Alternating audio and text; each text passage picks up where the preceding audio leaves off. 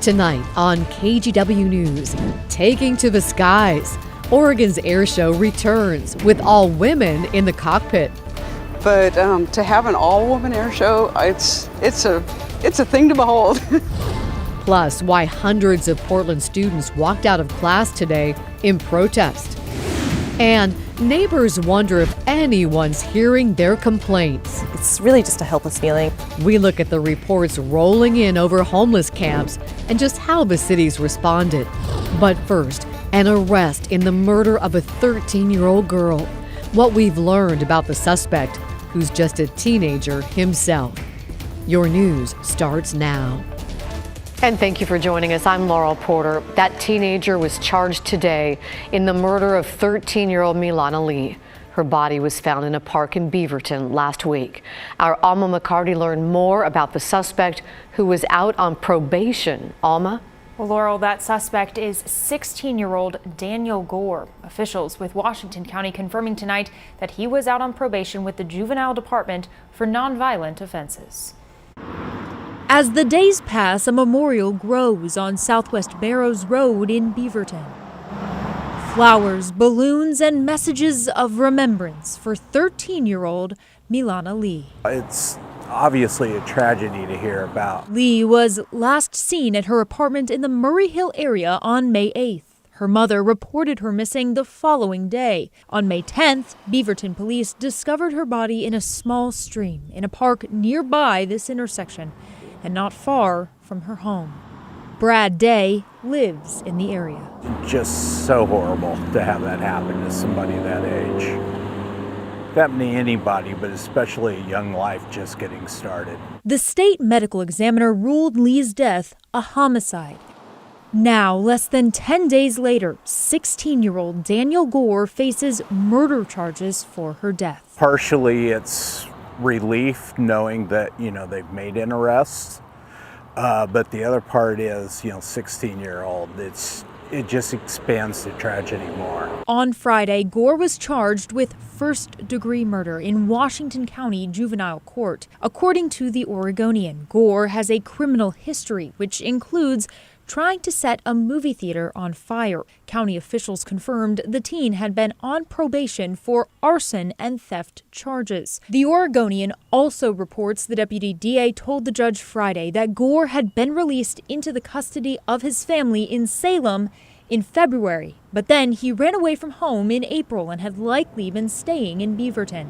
Prosecutors had asked the court to keep him in detention, but the county juvenile department recommended his release. County officials released a statement that reads in part, "The Washington County Juvenile Department is committed to its mission of holding youth accountable and teaching them the skills they need to be safe, contributing members of the community, and remains committed to doing everything it can to keep our community safe and to support and restore victims in their healing process." Now, we've confirmed that the 16-year-old suspect remains in custody and will until at least his next court appearance in June. Laurel? It is heart-wrenching and horrifying in so many ways. Thank you, Alma. To get you caught up on tonight's other headlines, deputies have a suspect in custody accused of firing shots outside Clackamas Town Center Mall tonight. The sheriff's office says the shooting happened in the parking lot, but they didn't find any victims on the scene. Some people who were in the mall at the time report being on lockdown as police secure the scene. We don't know yet what led up to the shooting. Hundreds of students took over the streets of Portland today. They walked out of class as part of a climate strike. The march snaked its way from City Hall downtown to Revolution Hall in Southeast. The students' list of demands includes more green infrastructure, less freeway expansion, and a divestment in fossil fuels. Today, staff shortages strike again, forcing a school district in Portland to call off classes. Elementary and middle schools were unexpectedly closed to students in the Reynolds district. The district says it plans to close again on Friday next week. It's blaming a combination of illnesses, staff on vacation, and a shortage of substitute teachers. Reynolds High School remained open.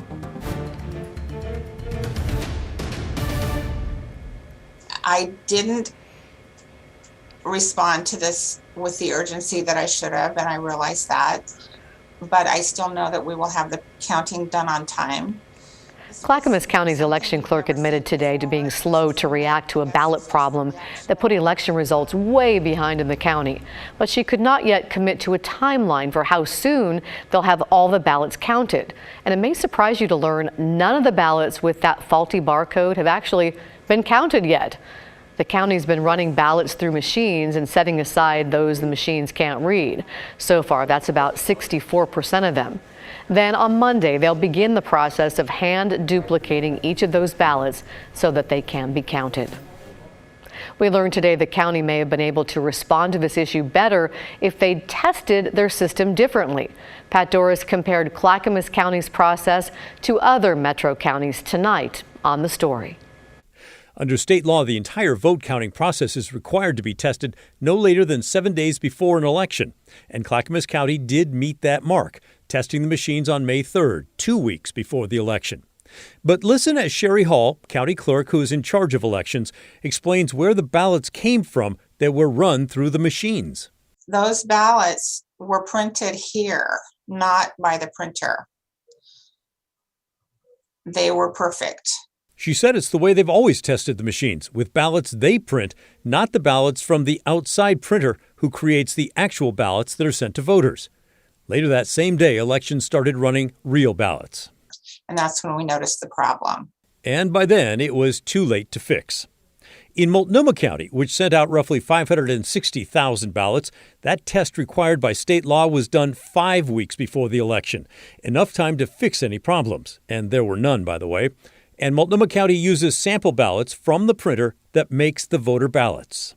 We use the same printer to print our, what we call our logic and accuracy test ballots. So the ballots that we use to prove that the tabulation system is programmed correctly. So they are printing those ballots as well, which are real ballots. They are just pre-marked in a predetermined way so that we can test how the system is tabulating ballots that are marked.